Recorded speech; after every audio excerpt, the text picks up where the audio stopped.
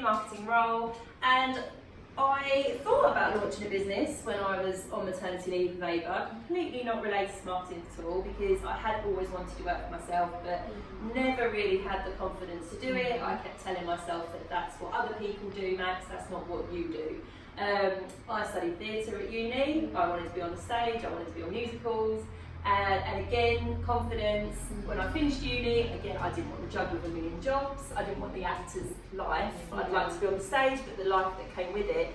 And very much told myself, well, I'd rather tell myself no than wait for someone else to say, no, you're not right for this part. So I just took myself out of the game. So confidence, that whole anxiety thing, you know, has been ever present. And then weirdly, going back into work, that was all fine, had a very good work-life balance, strangely. It was all working. And then my boss went to go on maternity leave in 2016. And I had been speaking to a friend of mine who already was working part-time as well, had a wedding planning business and was thinking of launching a marketing strand as well. And I said, talking to her about it, she said, why don't you do that? I was like, no, I don't think I can do that. That's not someone else, that's what you do. I don't do that. And then my boss was going to go on maternity leave and I stepped up into her role. And weirdly, universe or whatever was at play, I stepped up into that role and I felt confident and I thought, actually, you know what, I'm going to sod it. I'm going to go and do it. I'm going to launch my own business. So I worked on it for about 6 months and I pressed the go live button on my website and everything else on the 31st of December 2016.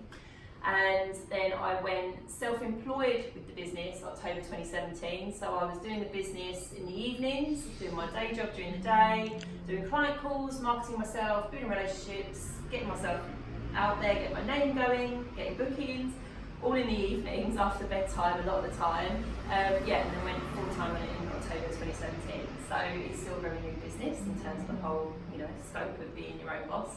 And I work with, when I first launched, I was wanting to work with parent and kid-focused businesses because they were all the brands and businesses that I discovered when I was on mat leave, and I thought, you know what, these guys make such amazing stuff, but they don't know how to market themselves or get themselves out there.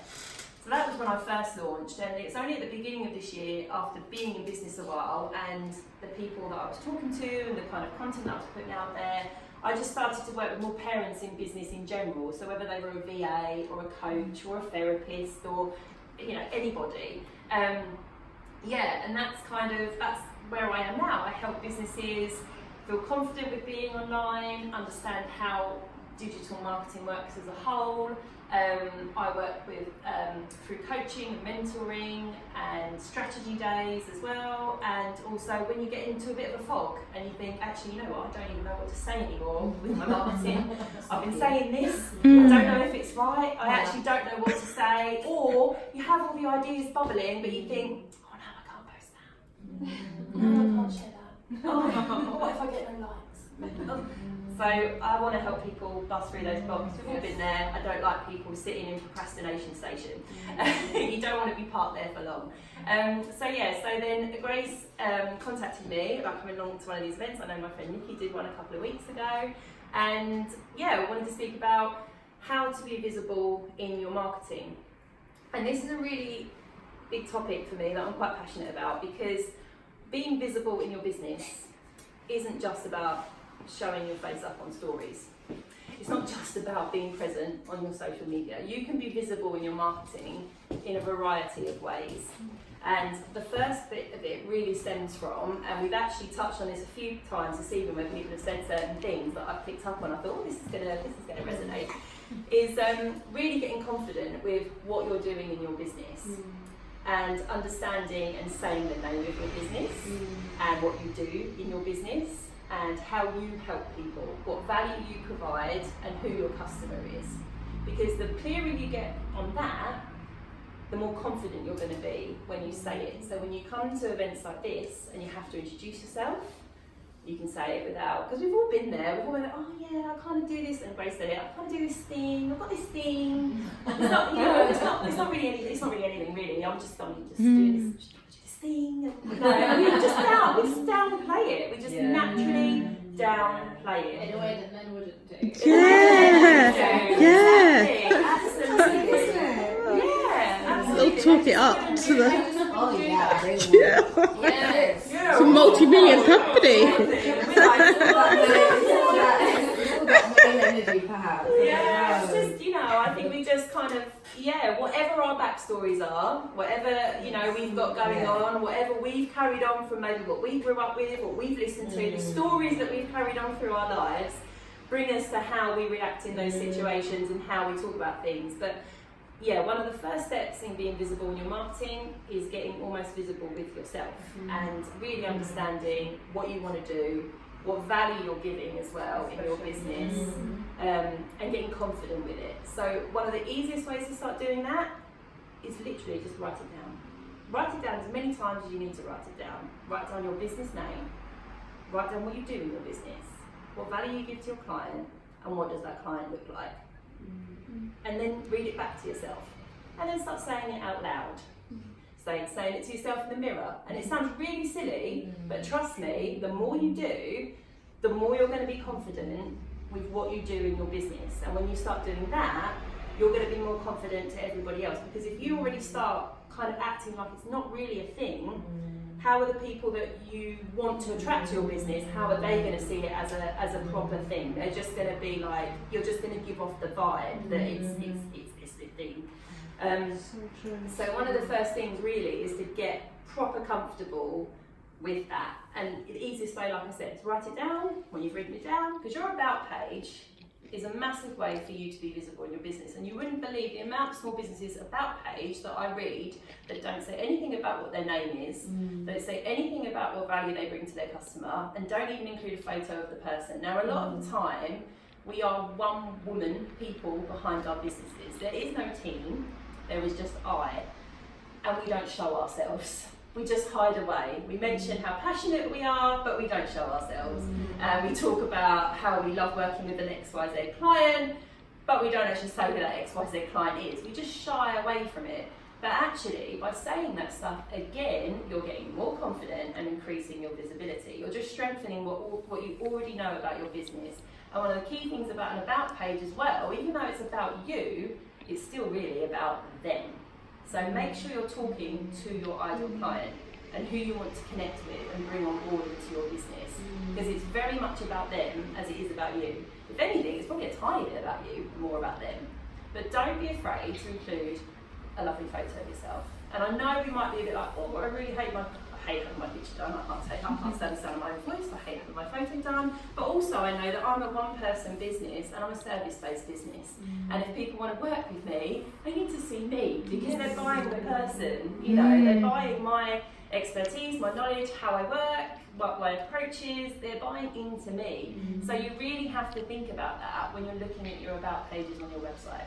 I can't agree with you more. Oh, amazing! Sensational writer, because I can't kind of dress things up in a corporate way. I write almost like as if you're reading, I'm talking to you as if you're reading an audio file, because I think that's really important. So it's thinking about the language you use as well, that it reflects you, that it also speaks to your client, it speaks to your customer, and it connects as well. So they can come to your about page and they can see, well, what value am I going to get from working with you?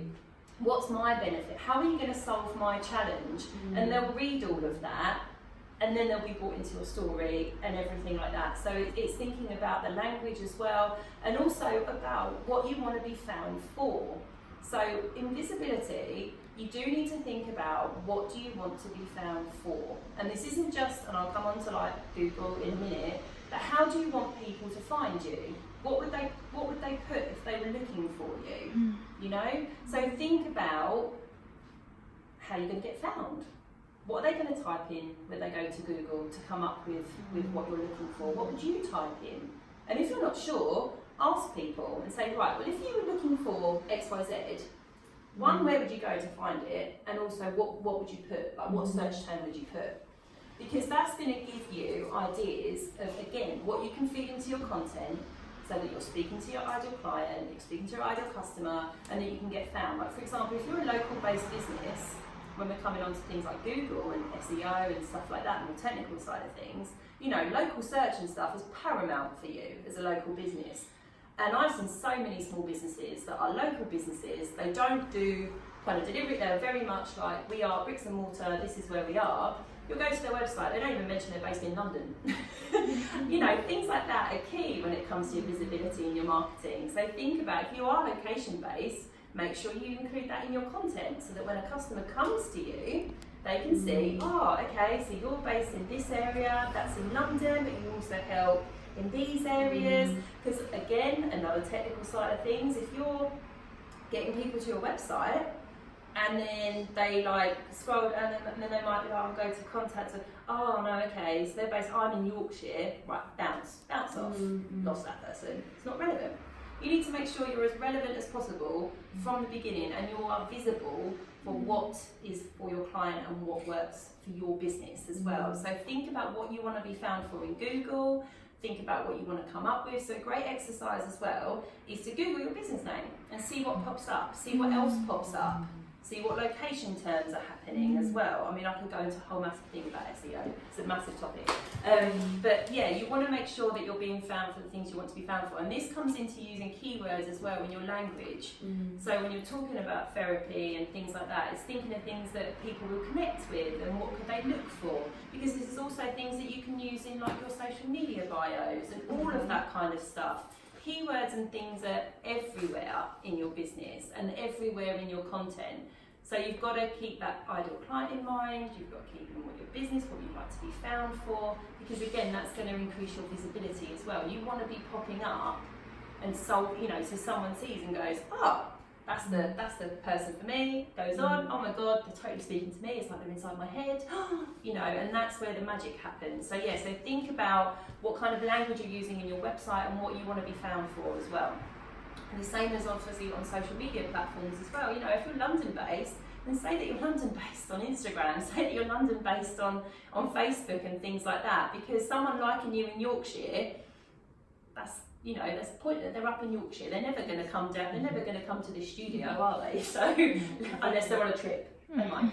Oh, well, they're a big fan. So yeah, so thinking of like location and all of those things as well.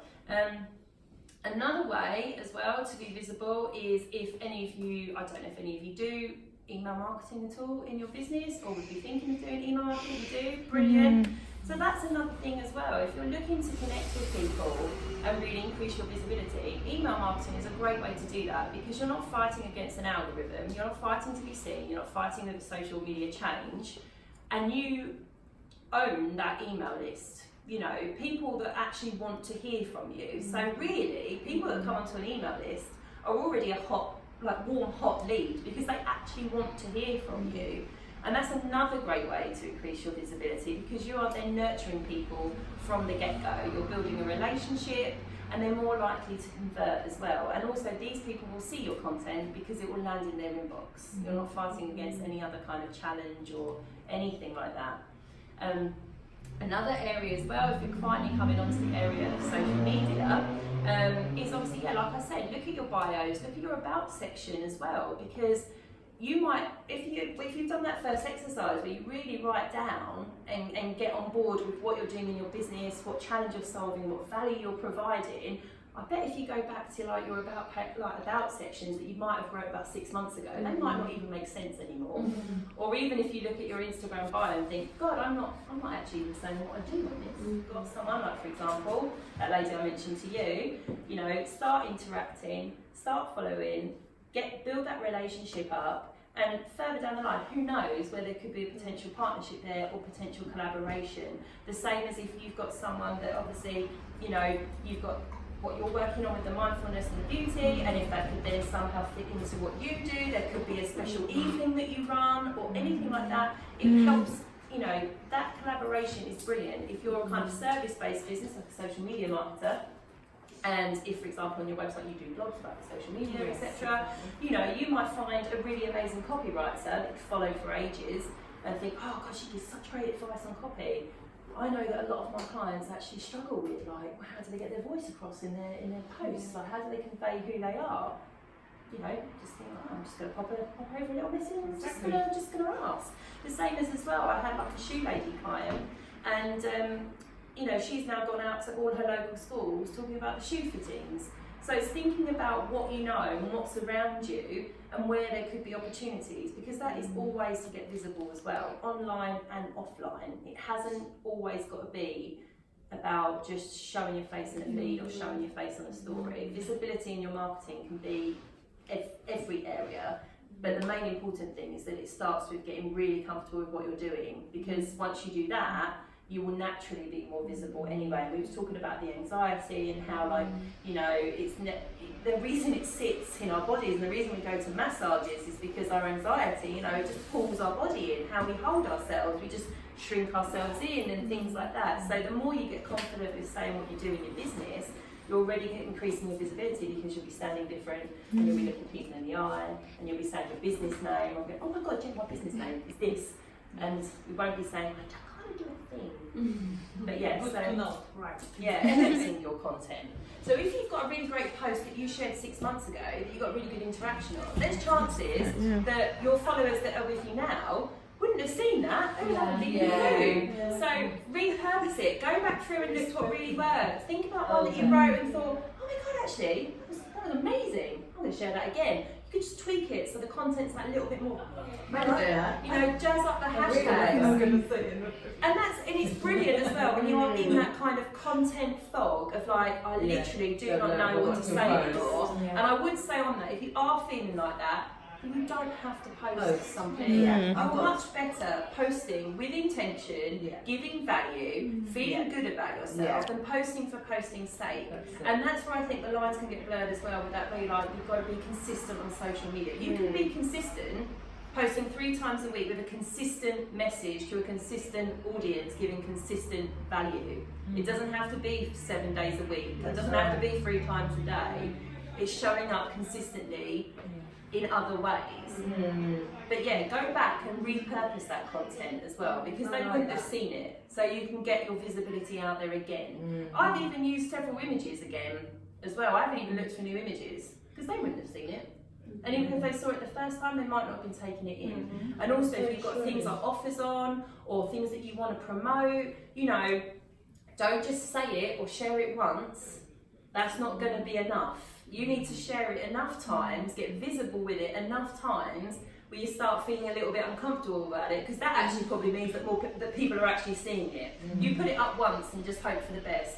That's not going to give you the impact. So you need to kind of get into the mind frame of talking about it again, and then talking about it again and again. And then when you start feeling like, God, they're really going to get sick of me now, it probably means it's working. It probably means someone's actually going to go, oh my God, I keep seeing this everywhere, I'm going to buy it. Whereas if we don't do that, we'll just, you know, it's like putting something out and going, anymore.